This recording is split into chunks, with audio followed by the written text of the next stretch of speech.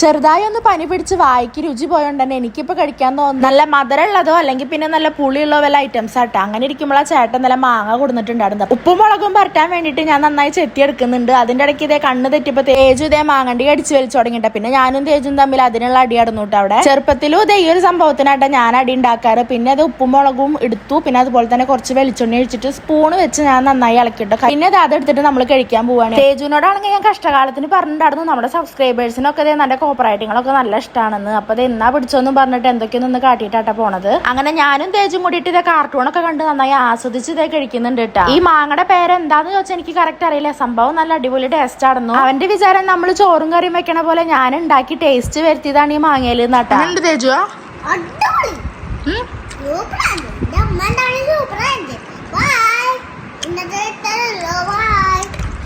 അപ്പൊ എല്ലാം നമ്മുടെ തേജു പറഞ്ഞ പോലെ ഇനി അടുത്ത വീഡിയോയിൽ കാണാട്ടോ. ബൈ.